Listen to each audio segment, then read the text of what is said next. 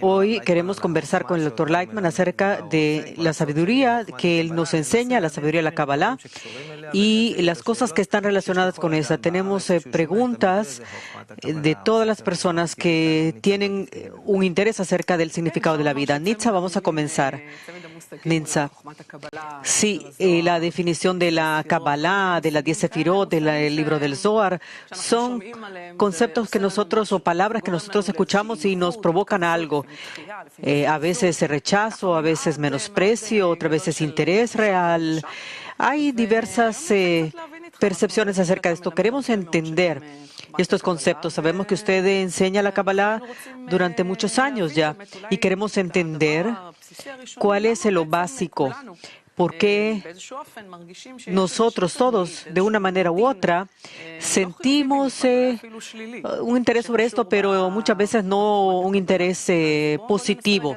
Vamos a entender en esta conversación cuál es entonces la razón de esto, de la resistencia que hay contra la Kabbalah.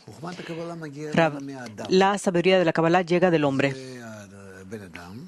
de Adam. Adam o Adán, que fue el primer hombre, y descubrió esta sabiduría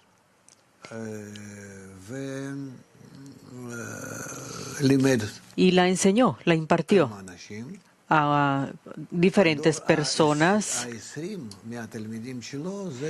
y el legado, o mejor dicho, la generación siguiente a esto es la generación de Abraham en la antigua Babilonia, donde había crisis en la sociedad babilonia.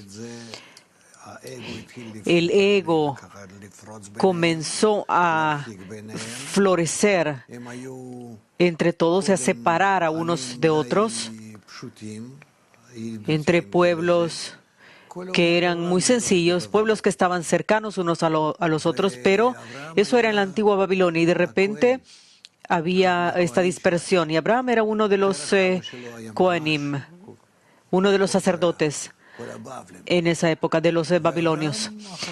Y Abraham fue el que siguió el linaje de su padre en la época de Nimrod.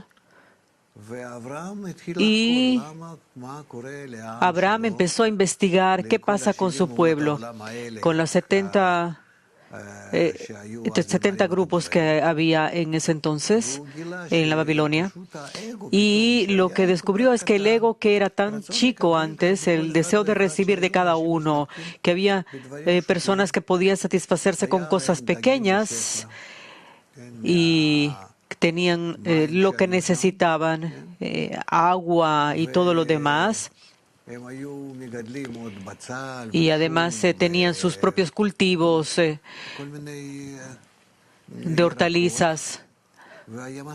Y había suficiente para todos. Tenían una buena vida. Y de repente comenzaron a pelearse unos con otros. Hay conflictos, un pueblo contra el otro.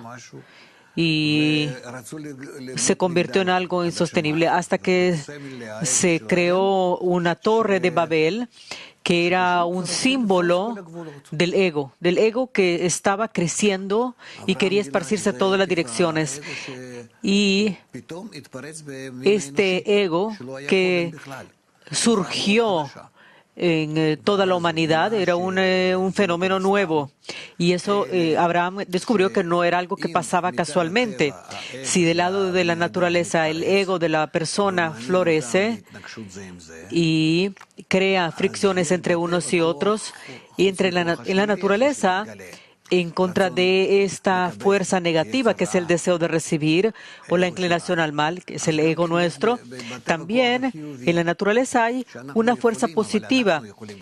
Y nosotros ya como personas, como seres humanos, a pesar de esta fuerza negativa que se descubre, que se revela, podemos utilizar esa fuerza positiva en la naturaleza y así equilibrar ambas fuerzas. y existir en el medio de esas dos fuerzas, la fuerza positiva y en contra, lado contrario de la fuerza negativa. Cuando ambos están de manera igualitaria, entre ellos descubrimos cuál es la interioridad de la naturaleza, que es el mundo superior o la fuerza superior. Abraham descubrió esto y entendió que toda la humanidad, debido a que el ego se revela en ellos, tiene la obligación de llegar a esta revelación en su vida y vivir esta vida de acuerdo a esas características nuevas, que es la fuerza negativa y la fuerza positiva, de manera equilibrada a través de la conexión entre todos. Y así es como descubren la interioridad de la naturaleza y la fuerza superior. Y todo esto en este mundo, de forma primitiva y egoísta como era antes, en la época de Babilonia, era únicamente para llevarnos a un desarrollo tal. Y así Abraham empezó a explicarles esto y a esparcir estas ideas. Rambam, también un sabio,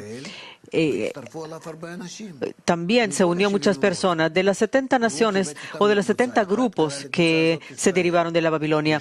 Y se le llamó a esto Israel, a esta agrupación, esta unión. Y es directo a él, que es dirigirse a la interioridad de la naturaleza, que es Elohim, Dios. Y eran contrarios unos con otros en la época de la Babilonia, que no podían captar correctamente lo que Abraham les recomendó. Y entonces ese grupo,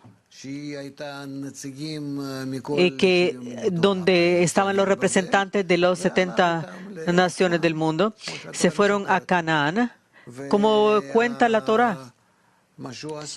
Y lo que hizo con ellos es que les enseñó todo el tiempo cómo pasar por encima de todas las transgresiones a través del amor, cómo conectarse. Y ese grupo avanzó hacia esa dirección y realmente descubrió esa interioridad de la naturaleza, esa fuerza interior, y realmente en estas fuerzas negativas y fuerzas de otorgamiento y de recepción lograron llegar a ese punto medio, esa línea media de armonía. Y ese método que implementaron es el método de la sabiduría de la Kabbalah, hasta hoy en día el mismo. Y ese grupo vivió como 1600 años.